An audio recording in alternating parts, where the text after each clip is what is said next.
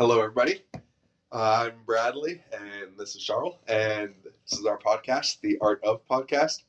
And now we're just going to have a discussion on video games, and in particular, The Last of Us, and part 1 and 2, and our thoughts on it. Because I think we seem to have the general consensus of the rest of the world about the first game. I don't think anyone would, Agreed, yeah. Number 2, also fitting to the rest of the world, you and me have conflicting views on it. Right. And I think that kind of represents the two major sides of the argument, right, on The Last of Us 2. Yeah. So, we figured that we had lots to talk about. So, right. I think, yeah. Okay.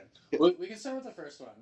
That won't take too long. It's my favorite video game of all time, and I think most people share that sentiment. Yeah. So I will say, in my mind, Last of Us 1, God of War.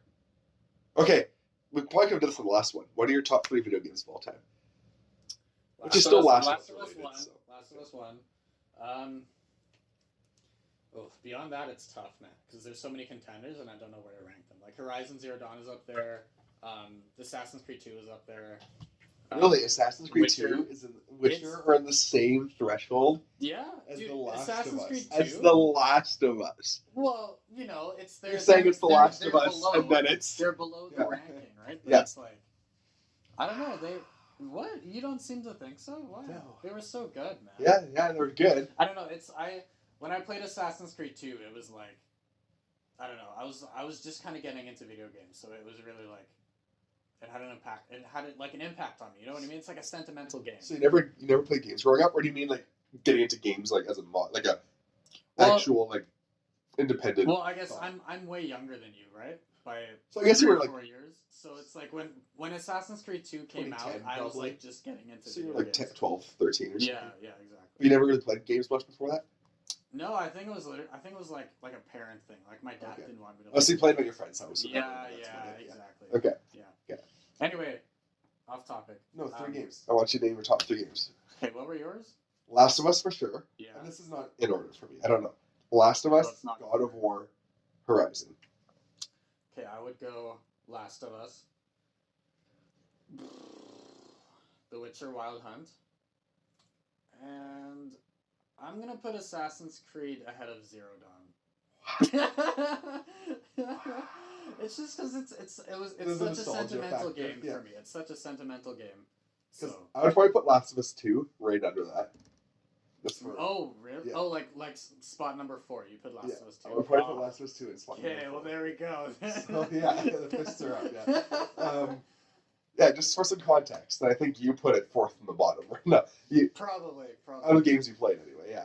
You think it's that low? Like Last of Us 2 out of 10. What do you rate it out of 10? As a game, or what it meant to me? Both.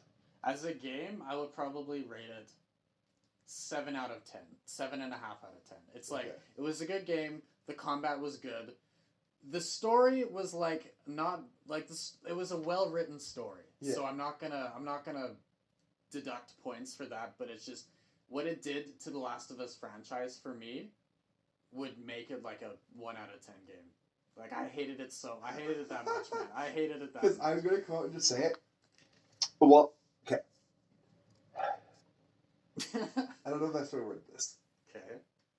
The IGN scale for rating video games, a 10 out of 10 doesn't mean it's perfect, but it means it's a masterpiece. It can have its flaws, but everything has its flaws. Like, that's, right? So a 10 out of 10, there's literally no perfect game, right? Like, that's the idea.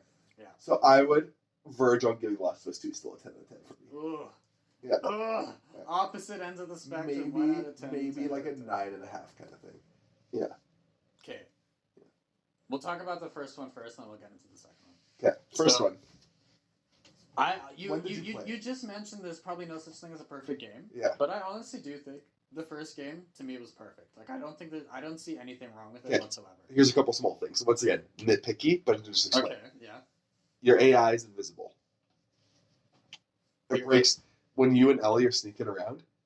If the enemy sees Ellie, they just ignore her, right? Like, it's these little like. Is that? It's not. It's a flaw. Like I said, it's a nitpick, right? But it's still. Would you rather that the AI would actually notice Ellie? Because I. I'd rather the AI be good enough that Ellie would be able to figure out a path. 2, right? Well, I mean, if it's one or the something like other, that. if it's Yeah. one or the other, like if you Yeah. can't have both, right? you Also, might as the well- AI wasn't 100% perfect all the time. Yeah, So like that's me. Like even I mean, like the enemy AI yeah, and stuff. for Yeah. sure. So I mean, it is also a 6 or 7-year-old game, right? Yeah. So it's like for its time, I feel like, you know, at the time it was released, I would So you think consider it a a perfect game. Okay. Yeah. Interesting. You wouldn't? No. No, like there was parts that bugged me, like like finding the plank and like dropping the plank, like those puzzles, like some of Okay. those. You're like, okay, like this isn't adding to my experience. This is in fact stalling it a bit, right? So like once again, super nitpicky. Right. But yeah, I would make the argument the closest things to perfect games are The Last of Us and God of War. Mm. And in my mind, the only reason Horizon's up there, because it's not perfect. It's I don't know. It's an open world, right? Like it's just an open world. But I think what brings it up to that level is the uniqueness of it. Right. Yeah. But yeah, The Last of Us. So when did you play it first? I think I played it when it came out. I think I played it When within was a it, month. 2013? Yeah. So, June. It came out a week after E3, I think. In 2013. So I was like 16. I was still in high school. Yeah. Yeah. Yeah. Okay. Yeah. Did you play when it came out? Yeah. So did you play Uncharted before this, or was this your first like? No, it was my first Naughty Dog game. I still haven't really played Uncharted, to be honest. Well, we can get to that later. It's a bit of a tangent. You need to play it. You can borrow. I have a digital. I got trilogy. Yeah, I got it for sale on PSN, so I do have it. On you need like the first game. It's fine. It's a 8. It's a 7.5, 8 out of 10. It's good. You laugh. Ha ha ha. The end gets a little scary and it flips on its head. You scream. Uncharted 2 and 3 in particular are arguably 10 out of 10. Should I skip one or should I play No, it anyway? you just play it anyway because it's the story's still there. It's just the gameplay's a little sloppier. Mm-hmm. That's all. Uncharted 2 and 3 though turn into like good shooters with like a really really good story. Really, and if you like the characters of The Last of Us. The story isn't. Maybe the story's probably not great in Uncharted. It's an action. It's a Indiana Jones type story, but it's the characters, and it's not. It's not serious like The Last of Us. It's meant to be like bigger than life, right? Right. But if you like a game that has like character, Uncharted, you need to play. Okay, I'll play it. And it's fun. It's the set pieces are huge. Yeah. Oh, I've seen some videos, like some playthroughs or whatever. It seems huge. Yeah. Okay, so The Last of Us. Okay, I would say it's a near perfect game, pretty much perfect. You had some little nitpicks. It's perfect. I'm just, a perfect game. Yeah, I'm just saying like 10 to 10 is a hard. It's the Joel and Ellie dynamic is not something that I don't think I've ever like. I don't read as much as you do, right? As you pointed out the bookshelf, yeah. But like. I have never experienced in all forms of storytelling, whether it's movies or TVs or video games or books, I have never experienced such a brilliantly well-crafted, impactful story dynamic as the one between Joel and Ellie. Like, it's done so well. I'm trying to think if I could throw some examples at you. Okay. We haven't played God of War, so I can't even throw that out. Yeah. But it's like, okay. Just... Walter White, Jesse Pinkman. Breaking Bad? Mm-hmm. I haven't actually watched that much Breaking Bad. I've seen like this is embarrassing. I hate that. I hate that I just admitted that. Have you watched Malcolm in the Middle? No. Do you know what it's about? No. It's a comedy, and it's like it's kind of a childish comedy sitcom, but it has Hal. Sorry, not Hal. Bryan Cranston. He plays the dad in this show. Okay. And he's like this goofy dad, and it's this sitcom, and it kind of like started the like no laugh track. It was one of the first major shows that didn't have laugh track. It was one of the first major shows to use a single camera. So like just different. It makes everything feel a little more like I don't know. It's just a type of filming or whatever, right? Yeah. And it's about a family in like suburban states somewhere in the States, a normal family, and like can't financially make things work, and like their one kid's a genius, their one kid's like whatever, right? Mm-hmm. And it starts off being like super super smart, and it handles like serious topics like racism, like. Hal has a bunch of black friends, and he keeps saying, like, guys, I feel really uncomfortable playing with you guys. Like, and you think that he's being racist, but at the end you figure out he's the one that's self-conscious about himself because all of his friends are, like, successful businessmen and rich. Okay. And he feels weird playing poker with them for real money because he doesn't have enough money to contribute. He feels like they're holding back because of him. Okay. So it's like this weird, like, racism kind of metaphor, right? but then it twists on his head. It's like, no, he doesn't feel uncomfortable around them because of them. He feels uncomfortable around them because of a financial situation, right? Mm-hmm. And like again, but then as the series goes on, it just gets dumber and dumber. But like in a good way, just the humor becomes less real. Anyway, Alex and I have been watching that, and it has Bryan Cranston in it, and that's tangents. But we're allowed to tangent. On the Last of Us, okay. But it has Bryan Cranston in it. That's all. Yeah, good show. Yeah. No. Just for me personally, just from what I've experienced, the Joel and Ellie dynamic is just unbeatable. So, that's really what made The Last of Us so impactful for like everybody. So, what was your thoughts in the first 20 minutes of The Last of Us? I cried. Yeah. And I'm not a crier. I swear to God, spoilers. I'm not a crier. Like I probably cried at like one movie in my entire life, and that was like barely shedding a tear. What movie was it? I don't know. Marley and Me. Probably. Yeah. Probably Marley and Me. But yeah, that man for a game to actually invoke that emotion in you in the first 20 minutes is crazy. Absolutely crazy. Yeah. Like I've never. Definitely. Yeah. Like movies that spent an hour and a half building that up and still didn't invoke that same amount of emotion in me as this game did in 20 minutes. It's crazy. It was weird because I remember watching the trailers but I wasn't super into like games and the trailers and everything, right? So I was like, this game came out, The Last of Us. And there's this girl. There's a young redheadish girl. Was all I vaguely remember. Like, I think her name was a short name, like Ellie or something. Mm-hmm. So then you play this game and it's, oh hey Sarah, and you're like, ooh, Sarah. I thought her name was Ellie. And you're blonde. And you're blonde. I don't think you looked like that. And it's like a little weird because I thought it was a father-daughter situation, right? Mm-hmm. So like this is weird, and I was thrown off instantly. Right. And I'm like, and then the whole thing happens. And that was too far back for me to remember. But that's a good point, though. It's like kind of a, bait and switch or whatever. Yeah. Like it's, I don't know. And then she dies, and it's the arguably. So when we get to the Last of Us 2 discussion, you can make the comparison that Joel just became Sarah. The character that dies in the first part of the game to give you emotion. I don't think I would disagree. Disagree. The reason I would disagree, and we mentioned this in the last podcast. Yeah. I made the mistake of not replaying the first Last of Us before I played the second. So one of my biggest issues with The Last of Us Part 2 is that Joel's death wasn't as impactful for me as I wanted it to be.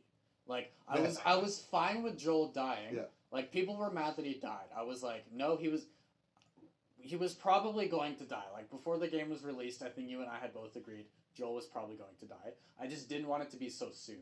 I wanted some more of a build up. But that's what makes the game so good. That they were like, no, you want this? What would make it hurt more if we took it away from you too soon?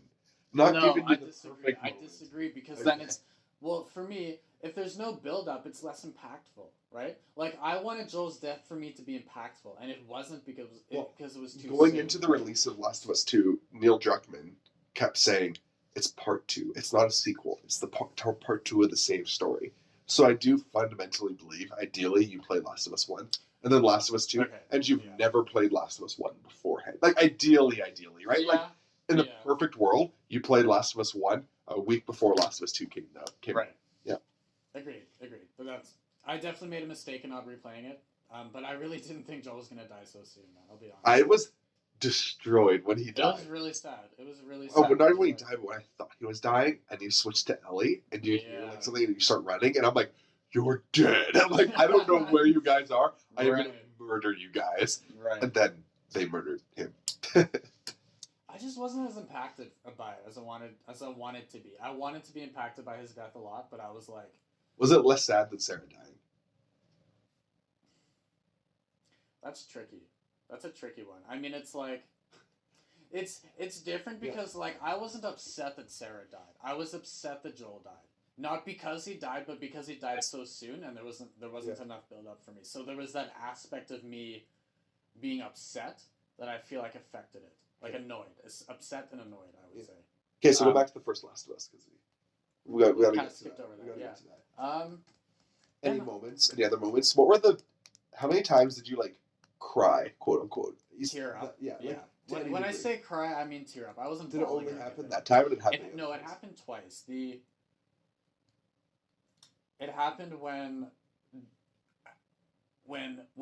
Joel and his brother Tommy met up at the dam for the first time. I don't know why that was such an impactful moment for me, especially because it had nothing to do with Joel and Ellie, really. Yeah. But that was an impactful one. The other one, whereas actually this scene I think is the best scene of any video game that I've ever played. 100%. It was when Ellie ran away and Joel went back to the house. Like, Ellie ran away, she hid in that house, and then Joel went up there, and they were talking, they were fighting or whatever, because I think Joel wanted Ellie to stay with Tommy, and Ellie wanted to stay with Joel. Is that you're treading a mighty thin ice, right? So Ellie actually, for the first time, Ellie brings up Sarah to Joel, and it's like goosebumps, dude. Like, even just now, talking about the scene, I'm getting goosebumps, right? It's like, it's that, everything about that scene was so absolutely brilliant. So it was like, those two and then Sarah dying. Yeah. Those are the three? Yeah. What about I think those. The thing is, maybe not even tear up some of these. We're getting to parts where you just get, like, choked up. Yeah. Right? Yeah. The whole, like, insinuation of rape and, like, Ellie breaking down to Joel. Ooh, yeah. Yeah. And Ellie was like, he was trying, and he's like, shh, I know. I know. Yeah. And she's, like, trying to explain what he was trying to do to her. And, like, right. Holy smokes. The whole end of the game. Something in the end, I don't know exactly where, but something in the end was emotional. I got choked up, right? Whether it was you figure out what's going to happen to Ellie, or you walking out with Ellie, or whatever it was. There was also Joel. You thinking Joel dying, falling on the spike. That was sad, and like not a choked up. You're like just emotion drained out of you, right? You're just like, what the heck? Like, what the heck? And on the contrary, other side, really angry when you wake up as Joel, when you figure out that Ellie's been kidnapped or whatever, and you like break the guy's finger to answer or whatever you, or sorry, you like stab a guy, whatever it is, and answers, and then you're like running down the hill, and I was like, I had the exact same anger Joel probably had in that situation, which is like the weird thing is like the game made you have the emotions that the characters were having. It worked into that, right? Like whether it was the worry that Joel has over Ellie, or whether it was like this, or like the whatever shock it is Ellie has about the rape insinuation and stuff. Like you feel that emotion, right? Which, there was several times throughout the game, like several times. I will get into Last of Us 2. There were a few moments in Last of Us 2. There were a few. I agree. Yeah.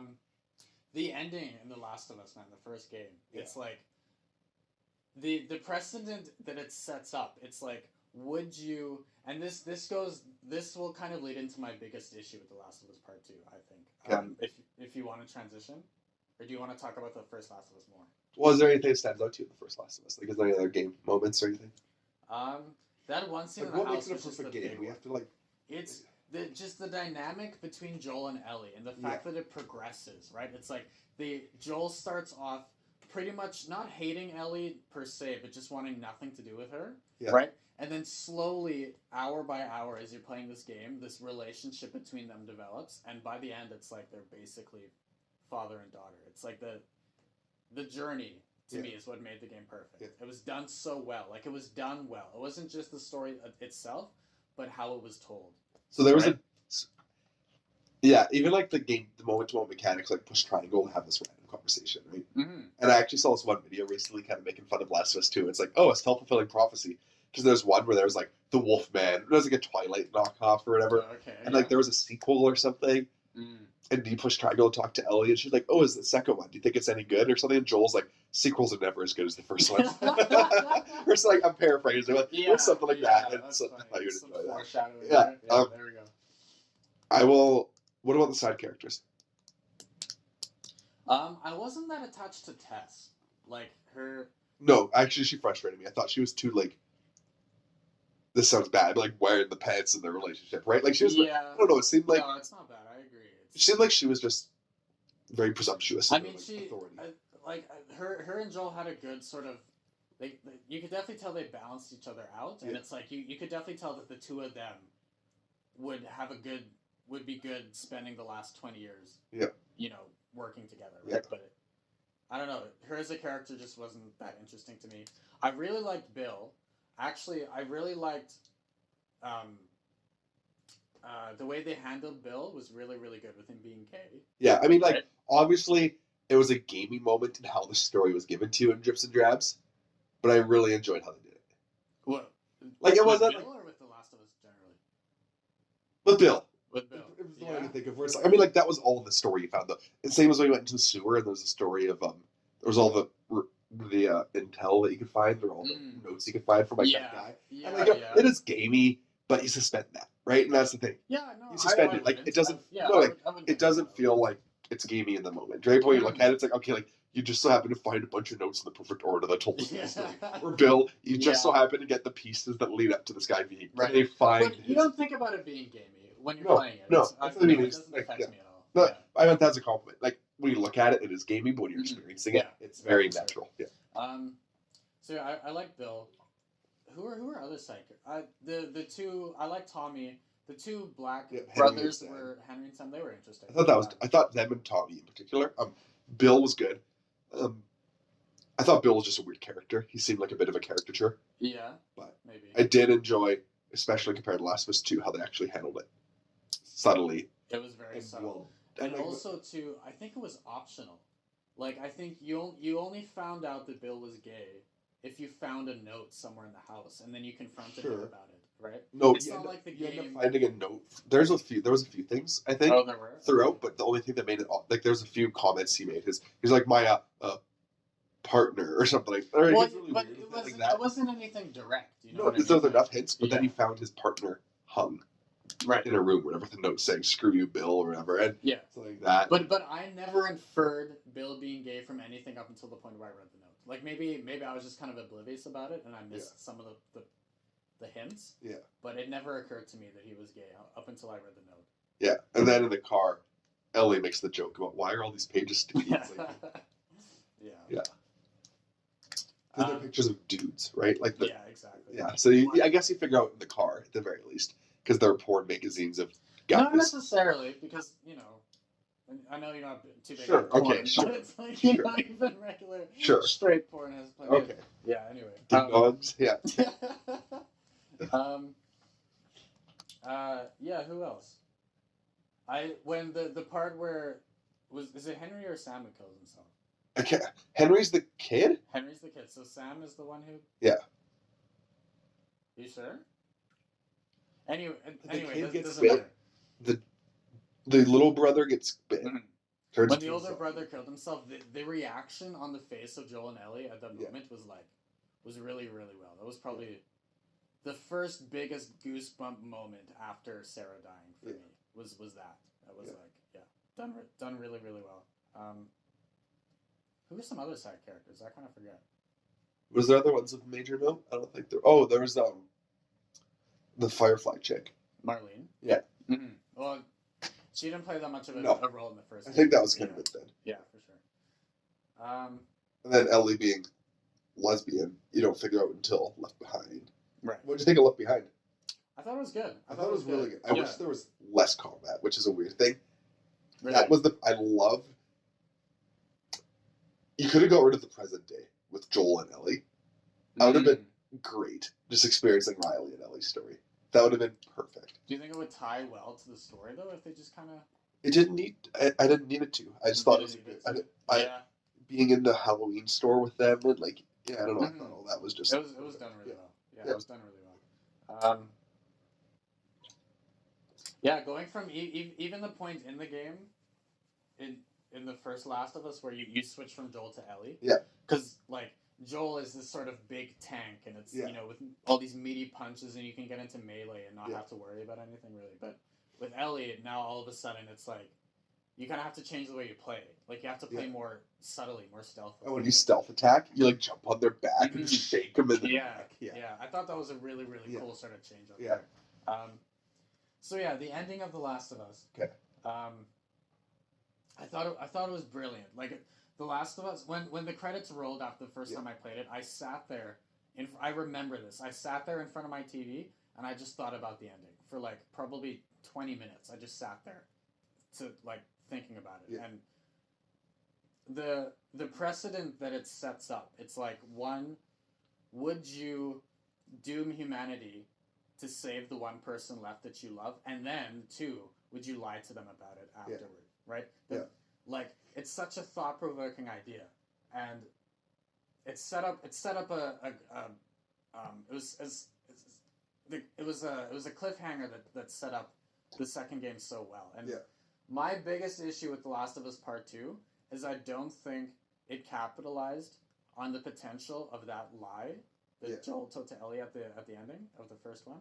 I don't think it capitalized on that ending as much as it could have. Really, the whole story was about that ending. I don't think so.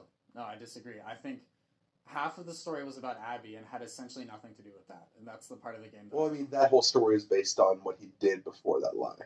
Yeah, but to me, it had nothing, like, that had zero impact on me whatsoever. But it's like it's okay. Ellie wouldn't have went on her whole journey though, if that lie didn't happen. So okay, I'll give you an example. So in one of the flashbacks that you have between Joel and Ellie, it's the one where you go through that zoo. I think it's a zoo, right? Or museum. And at the end, you see this painting, or like a spray paint of the word liar on it, with a little firefly symbol underneath, right? And it's like,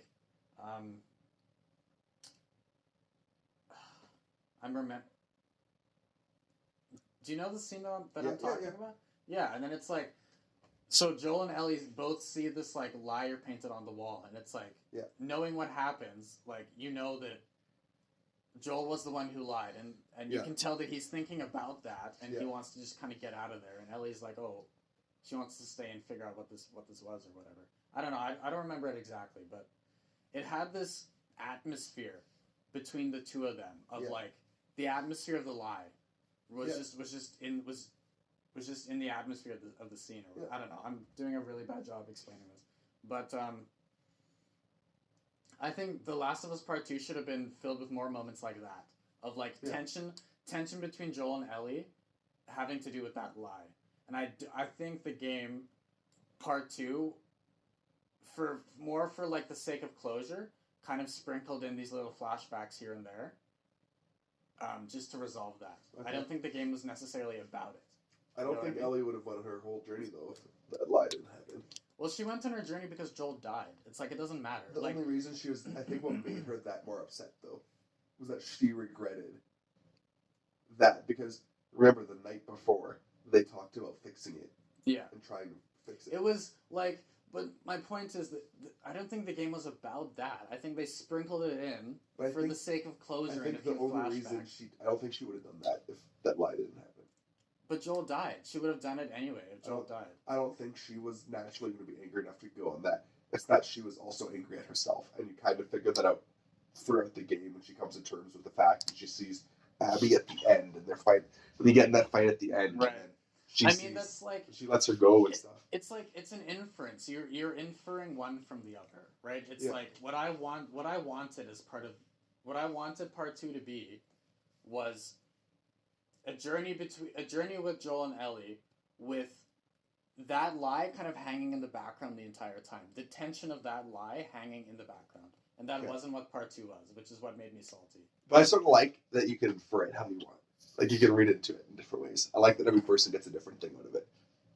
Sure, but it's... Like, my cousin Blake, his big thing is, what he got out of it was the cycle of violence, as he calls it. Right. That you think that violence is the answer, like an eye for an eye makes the whole world blind kind of thing, right? Like a tooth for tooth, you want to go. Mm-hmm. So, oh, you killed Joel, I'm going to come kill you.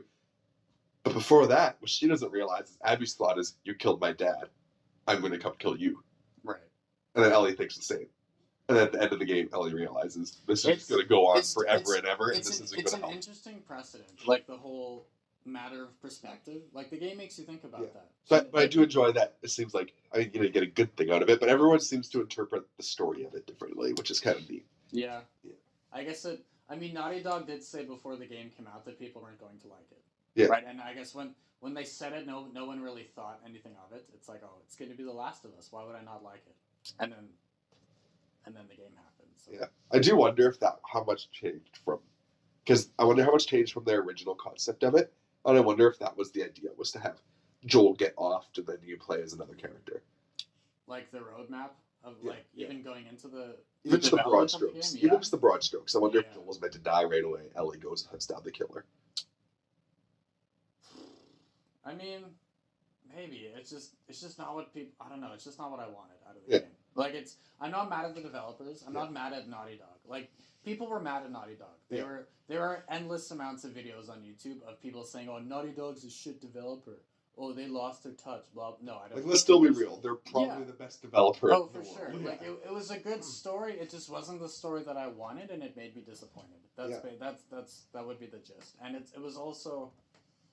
The other part of it that I didn't like is the Abby stuff to me was annoying. I felt like the game was trying too hard to get me to like Abby, and it just wasn't working. And they just kept trying and trying, and by the end, I was just so annoyed by it that I wanted the game to end. Really? Like I was so done with it. Like yeah. I don't know. Like I think one thing that makes me upset. I have a few critiques. I guess it's just my one. But the one of the issues is I feel like Ellie's story. You were progressing and you were unlocking better weapons, and you were like unlocking skills, and then just boom, you're Abby. And like there was no. I wish it felt like Ellie's arc was concluded and not Abby's arc, because the way it went, it sort of felt like Abby's arc was the one that was concluded. Because you play as Abby fighting Ellie. Mm-hmm. So I don't know exactly what I wish it did, but the story, Ellie's story was the boring part, right? Like it was a lot of crawling, and there was a lot of. Really?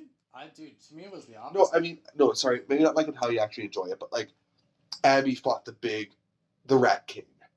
Okay. Abby had the more large scale stuff, like the crane, walk over the crane from skyscraper to skyscraper. Yeah. Whereas Ellie just walked through some muddy streets, right? Like I don't know. There was. I wish. It seems like they purposely focus on Abby's story more, and I wish they focused on Ellie's. Okay. In the gameplay, like. So what did you think about all the Abby stuff? Were you okay with playing as Abby for half the game? Yeah. Really? I did. Yeah. I enjoy that there. When I first got it, I'm like, I do not want to play as her at all. Okay. And then I got okay with it. I didn't enjoy a lot of the side characters.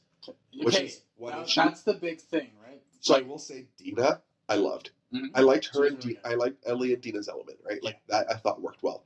But I think we've talked about this before. It seemed like they just had an agenda, like a checklist, and it was like yeah. I don't know. Even stuff like Mel was supposed to be one of the best doctors, and she was like 8 months pregnant. And why did they have her why was she in the front lines? Right.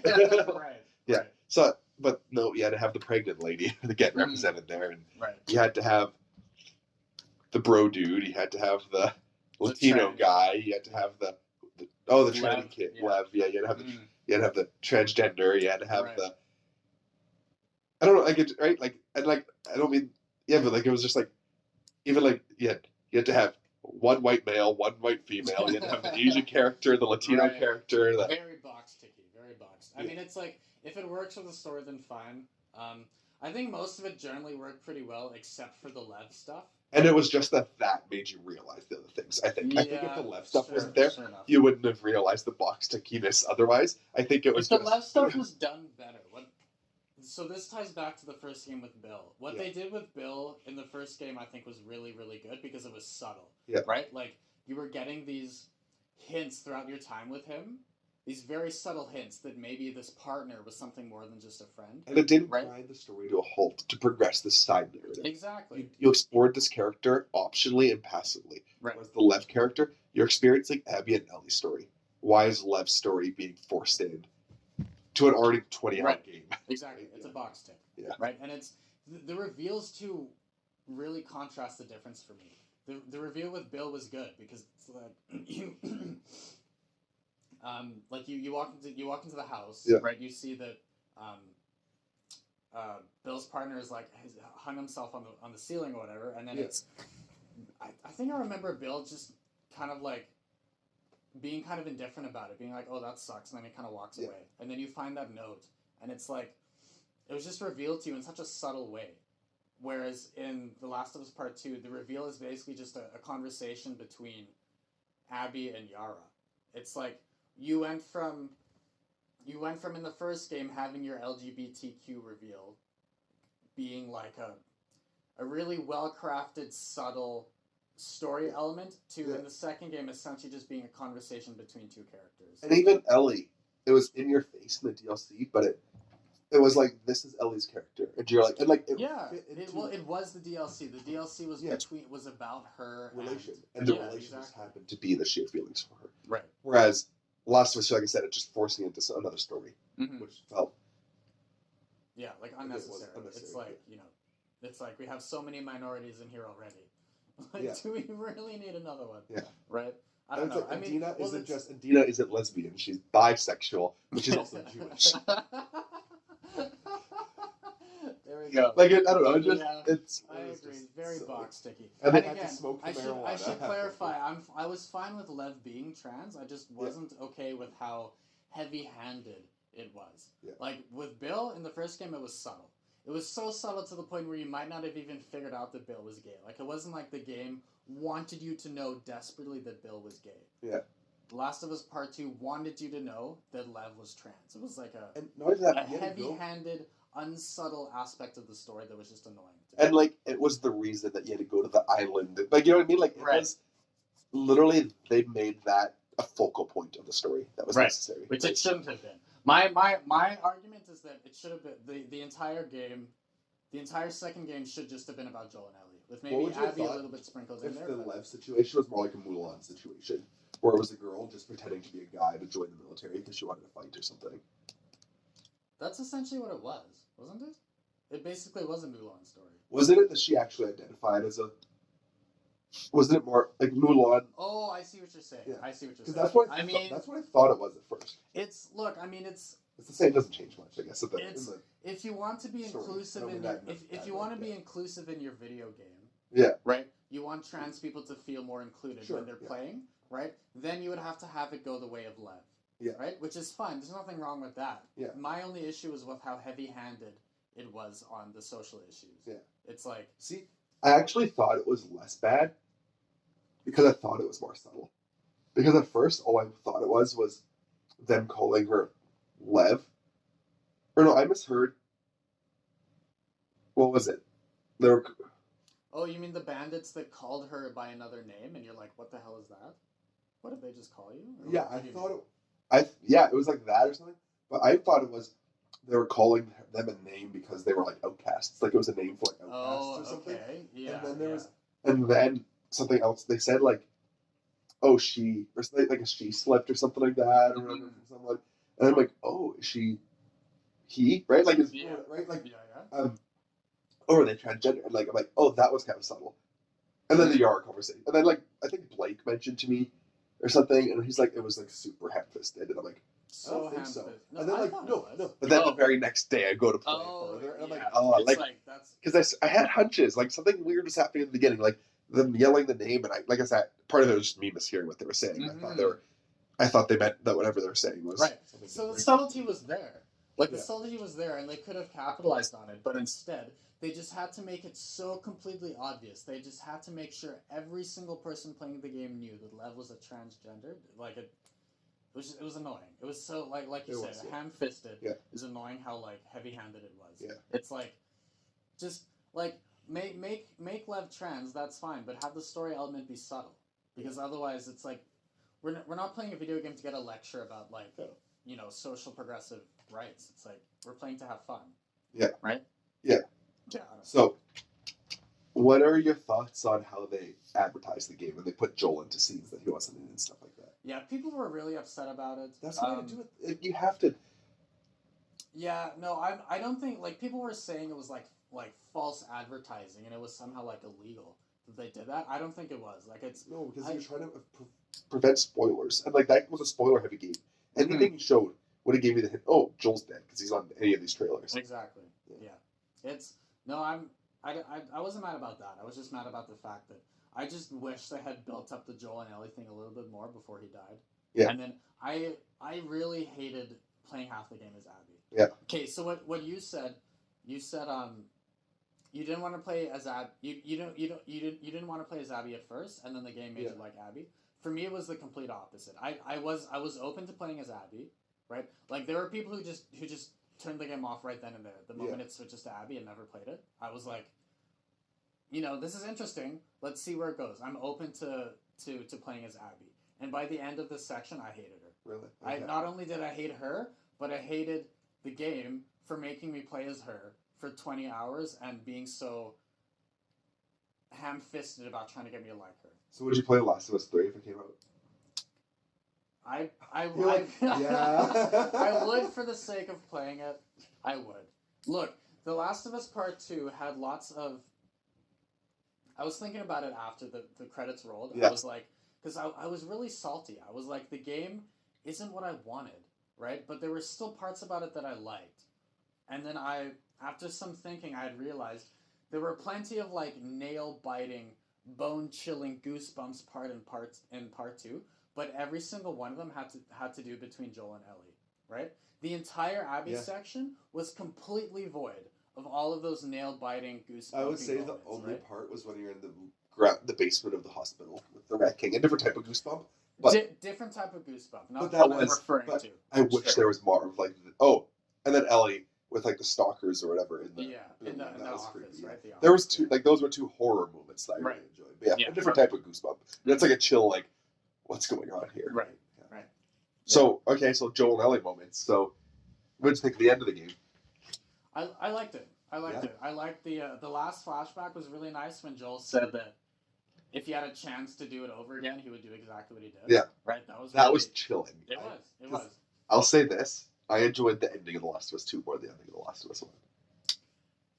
The endings were very different. It was gut-wrenching. Yeah. It's like, well, the ending of the first game was so abrupt and it was a cliffhanger. Yeah. Right? It's like it's not the same. I don't think you can compare. You're right. But I think The Last of Us 2 had balls to do that. Like, it had balls. It definitely had balls. To just like stab you in the heart at the end. I'd be like, oh, remember Joel? Mm-hmm. Well, guess what? They had a huge argument a few nights before, and then the night before, they said they would. They said they would try to fix it. Mm-hmm. It's sad. It's depressing because you think that run-in they have where he shoves the guy. Yeah. You think that's the last interaction they have. You're like, man, the last interaction was her losing it at him. Yeah. And then you figure out, you're like, that sucks. But what sucks more, them making up the day before, not making up, but promising to try. Which is the worst. Like, I'm just like, holy smokes. And then her playing the guitar and not being able to play his song because she lost her fingers. That was done really and then she walks away. Mm-hmm. That's just the end. And you're like, man, that is... It was a good ending. It was a good ending. It's just... Yeah. I don't know. It's not... The game wasn't what I wanted. Yeah. The ending wasn't what I wanted. But I'm not going to give the ending any shit because it was done really, really well. And even though it wasn't what I wanted, I still enjoyed it. As an ending. You're like, that was done. Yeah. Like, that was it's good. Like, that's not what I would have preferred. I would have preferred something else, but it was still done really, really well. It impacted me a lot. You got chills? Yeah. I got plenty of chills. Yeah. But I just couldn't help but feel so salty about the fact that the game made me play as Abby for half of it. You liked the ending, but you're like, I would have enjoyed this more if I liked the game more. Exactly. That's exactly right. That's exactly like that ending at the end of a game where you and Joel had this whole thing and then he dies halfway through and then you go on a revenge story. Yeah. And then you figure out why she was so angry. Right. Like, so the same beats kind of, but just get rid of the Abby part, right? Like, and give you more. That to me would have been a perfect game. Yeah. That would have been another perfect game. Another perfect game. I don't know, man. I don't know. It took balls for them. Like, Naughty Dog, they deserve respect for making probably the ballsiest move in the history of video games. They definitely deserve respect for that. It just sucks because it wasn't what I wanted and it ended up bothering me. It just sucks, right? I do think Naughty Dog is a little, like, full of themselves probably and a little pretentious, and that's what kind of came very, very pretentious. I would agree. And it's like, they won so many Game of the Year awards for Last of Us Part 2 that I just don't think they deserve. Because it's the big thing too is like we can argue like is it bad writing or is it you not liking the story, right? Yeah. For most of it, it would just be you didn't like the story. Yeah. That's not bad writing. But the one element that I would say is bad writing is the fact that the Abby thing. So I feel like there were two groups of people that they were kind of expecting. Yeah. When they would play the game. The first group was people who ended up liking Abby, right? Yeah. After they played as her, and then the group who just didn't want to play as her at all, and then and give up the game or whatever. Yeah. But I was in between where I was open to playing as Abby at the start, but by the end, I hated her so much. And it's like, is that like what is that? Is that me not liking Abby, or is that bad story writing? Like, No. what I feel like it's bad story writing. It's like you make me play this game where you subvert my expectations, and I'm okay with it. Yeah. Right? I'm fine with playing as Abby, but as the story goes on, you know, you want people to like Abby, but for that to have the opposite effect on you without having those negative predispositions towards Abby when you start. Do you know what I'm getting at here? But I don't think many people went through the exact thing you went through, where you started off okay with her and ended up liking her. Right. But so that's my point. Is like I don't think they were expecting that group of people really when they were making the game. Yeah. Right? And it's like, to me, it's evidence of bad story writing, because it's like they want you to like Abby, right? And if you finish the game being annoyed by her because of like, I think it's bad story writing. You know what I mean? And it's like, I'm not, again, Naughty Dog is a good developer. They know how to write good stories, but it's just the Abby stuff was so heavy-handed. I feel like they wanted me to like her so badly, it ended up bothering me by the end, and I was annoyed. People were also upset about how jacked she was. I'm like, okay, we're now grasping at straws, trying to find an argument. Yeah, that's exactly it. It's like, have you seen Ronda Rousey? It's or like, their thing is it's post-apocalyptic. Like there's not enough like protein in her diet or whatever. It's like, no, they have a whole town. She has a gym. She has a whole fucking gym. And they have a whole town to get the proper nutrition. Like they have an area. No, that's stupid. It was disappointing to me seeing the video game community just lose their shit at this game for reasons that I don't think were admirable. Right? So, like, one other part of the game that wasn't talked about that I think sticks out to me in a chilling way, Ellie, when she's at the hospital hunting down that one girl. Mm-hmm. I forget the girl. I forget her name. The black one? I think black, dark, dark skin. Yeah. Okay.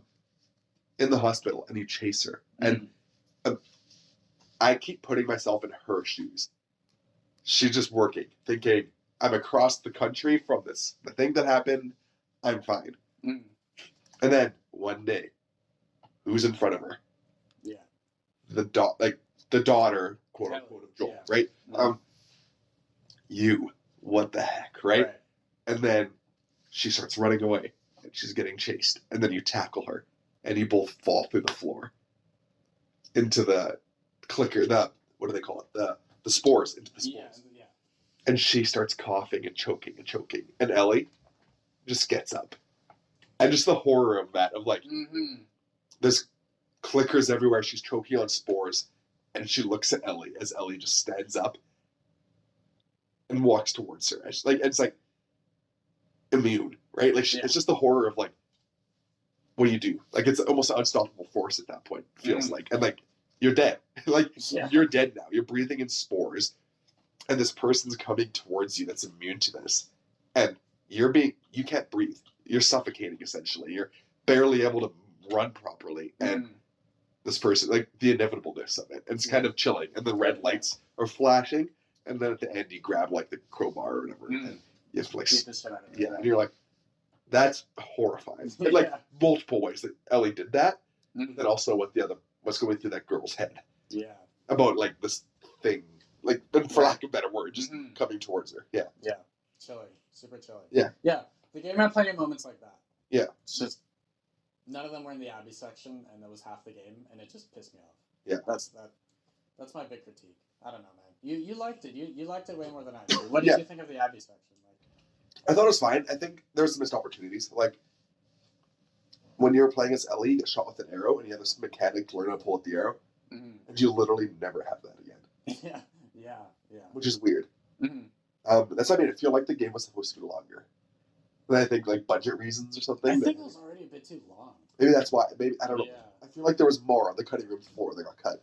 But I don't know. I didn't mind the Abby sections. I thought they were fine. I mean, I would have preferred more time with Ellie. But I thought like the whole going to the building and fighting your way down like the 40 stories in the building, taking the elevator for most of it or whatever, mind you, but like, and just like all the infected downtown skyscraper and stuff. I don't know. I thought the gameplay was fun. Right. So my issues are all with the story. The gameplay was fine, but you could have done all that with Ellie. Right? Yeah. You could have And I you probably could have would've thought preferred the that. acting with Ellie. And I would- maybe would have preferred. I would have it, right? preferred that. Yeah. So that's still the game now is still top four for For the gameplay, almost exclusive. I So the story, you didn't hate the story enough for that to actually no, affect 'cause I didn't your hate the review story. of the game. Like I said, I enjoyed that the story was about if that lie didn't exist, then that would have happened. And I enjoy that going through Ellie's realization of it all. Okay. And Ellie realizing I'm being ridiculous. Like, you know what I mean? Like, at the end of that, and then how it ended. I don't know. I just think it was a very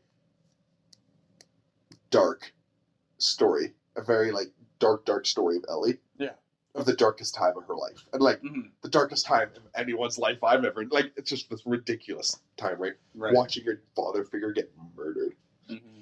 Then, when you two have had an almost irrevocable argument, and then you go hunt this person across the country, and then you figure out this person had a very same story to you. Their dad was killed by Joel and stuff, and that people... Everyone's good in their own perspective, right? And Ellie just thought she's evil. But then she figured out, wait, no. And Joel's arguably the bad guy in the whole... I would make the argument Joel's almost the antagonist of the whole series. Because he lies. Well, like, and the idea that, like, he lied. Like, not in the whole series, but, like, he's in the wrong. He's a bad guy. I don't know if I would put him in the wrong for the lie. Because it's like... Well, like, no, but should he have sacrificed her to save the world? I would argue that... I mean, I'm not saying I would want to change... I mean, for the sake of humanity, he should have, but his own... Ellie became his daughter that he had lost. So for his own personal reasons. Is he any better? But, like, he's even said, like, he knows all these guys' tricks in the last one because he was... I agree. He was a bad... He used to be a bad person, and there were elements of him when we played as him that were bad. But I wouldn't call him the antagonist of the story, and I wouldn't say that... I think... No, but... Sure. That was going to be strong, but I think you can make the argument that he is definitely no better of a person than most of the people you can. Oh, 100%. I agree. In fact, he might even be worse than some of them. Like, he's probably worse than Sam and Henry, right? Like, oh, for sure. But that's part of what made him so interesting, though. Yeah, no. That's what I complain about him. But then The Last of Us 2, Ellie, I think, realizes he's the bad guy of Abby's story, right? Like, Abby's dad died.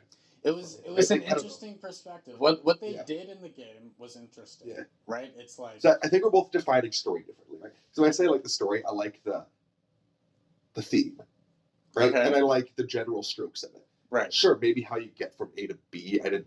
The A, B, C, D, E, F, G kind of thing. Yeah. Maybe I didn't like D to E, or G to H or whatever, but I think I liked the big A to Z. Okay, I agree. Same. I like the general arc. I like the story. Yeah. I just didn't like the journey from A to B, or the journey from B to E. Like, that's one of the Abby parts. So element of E or whatever, right? Yeah. Exactly. Yeah. So what did you think of the graphics of the game? Good. No, they were good. So pretty. They were really pretty. There were times where I'm like, this looks like real life. Like this, like in motion, maybe not so much, but if you're like take a picture of the environment. It looked realistic. Yeah. These chairs are old. They might just break up. I've broken a couple of them. Already. Yeah. So I think that was a good hour of The Last of Us. Yeah, we got into it. It's such a divisive game. Yeah. Anything else to say about it? No, I kind of vented all my anger. I'm still really salty about it. Like... I'm still really, really salty. Yeah. I don't think it's a bad game. Yeah. People say it's a bad game. I don't think it is one. It's just... It bothered me. It wasn't what I wanted, which that's not Naughty Dog's fault, but the game did really annoy me. And I think that is more towards Naughty Dog than it is to me. Yeah. So, I don't know. I was just generally pretty disappointed at the end. And it just sucks because it's my favorite game franchise of all time. Yeah. And, yeah. I don't know. So I've heard that Naughty Dog's working on like 3 different games right now, or something like that. Yeah.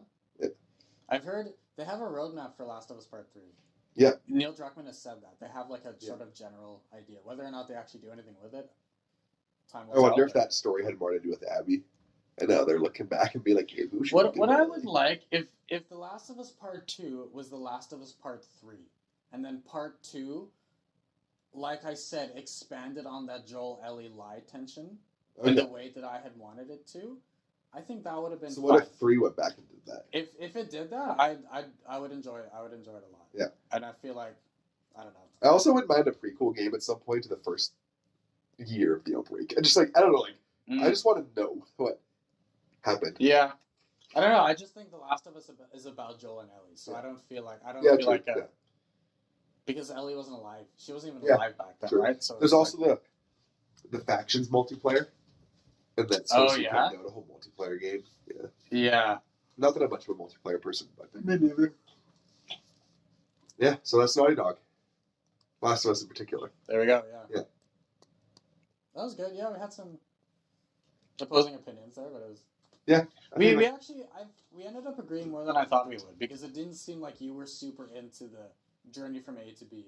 Or you had some issues with the journey from A to B, but what you liked more than anything was the overall. Yeah, there's some weird parts. Some other weird parts that I found weird was like the leader of Abby's group, the Wolves or whatever they were. I can't remember what they were. Yeah. The black guy, right? Yeah. You don't see him at all. You hear about him, and then he shows up on the island randomly, and then Yara just shoots him in the head. And he dies. And you're like, great. Why? And like, why did he even have to be a character in this? Right. You talk about him all this time, and you're like, oh, you're going to meet this like really intimidating person. And then he just shows up and literally gets shot within 30 seconds of him showing up. Yeah. Which just seemed kind of like a missed opportunity. And I also didn't enjoy all the Abby side characters. Yeah, that was the big thing too. I really didn't care about her. It seemed like her posse seemed like a group that you would see in like a cheesy like horror movie or something, right? Like I don't know, like there's like all the stereotypes are there. I don't even like that one, like the smart one, the pregnant one, but whatever, right? Like the girl that cheats, the guy that cheats on his wife with the girl, like there's like all these and then you compare that to Joel, Ellie, Dina, Jesse, Tommy. It's like and they're all different ages and stuff, and it seems like an organic group. Right? How can one group feel so organic and well written, and the other one just seems so the other one's a lot of like young adults, like they're like young. There's just a posse, a group of friends in their low 20s. Right. Like it just seems weird. Like it seems kind of contrived. Yeah. So you even all that considered, you would still rate the game 4 out of just because I enjoyed the like. Yeah. Yeah. Interesting. Yeah. Okay. Well. Okay. I guess we actually agree on more than what I thought we did. We just emphasize different parts. Yeah. I think it's weird because we both actually agree that like the overall part, but I think we just look at the overall story part, the overall arc, the overall theme was really, really good. It's just the way it was done. What about Abby and Ellie fighting, and then Abby almost killing Ellie at the end? And then, you mean like Ellie not before she goes to? Oh, like the fight in that warehouse. The theater, yeah. Yeah, the theater. Yeah. I don't know. I hated playing as Abby fighting Ellie, and then seeing that Ellie was about to die, and I was like, that was intentional, I'm sure. That was intentional. What did you think about Ellie not deciding to kill Abby after everything? Because that's actually something that pissed off a lot of people. They were like, you went through all that shit, just kill Abby. That's why I liked it, though. I think that's what's so profound about it. I agree. Right? I thought that was actually really profound as well. And I don't know why people are so upset about that. It's like there's a bunch of there's so like 12-year-olds that are. Well, yeah, it's like you're really so mad about what Abby did, even after that entire game to Joel. Like, even after. Yeah, I don't know. I think you've seen that like Abby's been through crap too. I think that's what Ellie saw. Yeah. Is like she's literally hanging on a flagpole right now, like for dead. Like she's lost like 80 pounds or whatever, right? Mm-hmm. I don't know, like, and I think Ellie just broke down and just said like, yeah, like I could have killed you, but I don't know, whatever reason, like whatever. We've talked about a few reasons, right? Like the cycle of violence. I think she in that moment she got that. She had that flashback of Joel came up. Was there a flashback of Joel? Right before Ellie was about to kill Abby, she thought about Joel sitting on that porch. It wasn't a flashback, but she thought about the flashback. Oh, right? So she thought about Joel. Like Joel just appeared and she thought about him, and then, I don't know, something must have triggered her to realize that maybe this whole revenge trip was not. Yeah, but the idea being the same. I still remember that flashback. I think it was well written. I don't know, just. So we spent an hour talking about 8 different games, and then we spent an hour talking about The Last of Us. Yeah, that really goes to show you how divisive it is and how meaty the whole topic is. Yeah. I would say. Yeah. Yeah. Mm-hmm. Interesting. So that's kind of it for video games. We said maybe we'll do one about like growing up playing video games. We never did that much. Yeah, maybe. Sounds like, but we should probably get to some of our more intense podcasts. Yeah, well, these are all things we'll come back to. Yeah. And stuff. Yeah, for sure. But you didn't play video games much growing up. I don't know. I don't think my dad was super into like letting me play video games. I think that was the. So you didn't own a console? I didn't own a console until I had a PS2, but my dad didn't let me play like violent games on it. Oh, so I couldn't play the games that I really wanted for like quite a long time. Yeah. And well, maybe we'll do a topic on it one day. Yeah, maybe. So what's next then? Politics? We shouldn't even say that. That might age the. Not really small in order. Sure. Yeah. There's some more meaty ones. We'll think about it. Yeah. Yeah. Okay. Well, thanks everyone for tuning in. Yeah. What are we? Yeah, debate babes. There we go. Signing out. Okay. Cool.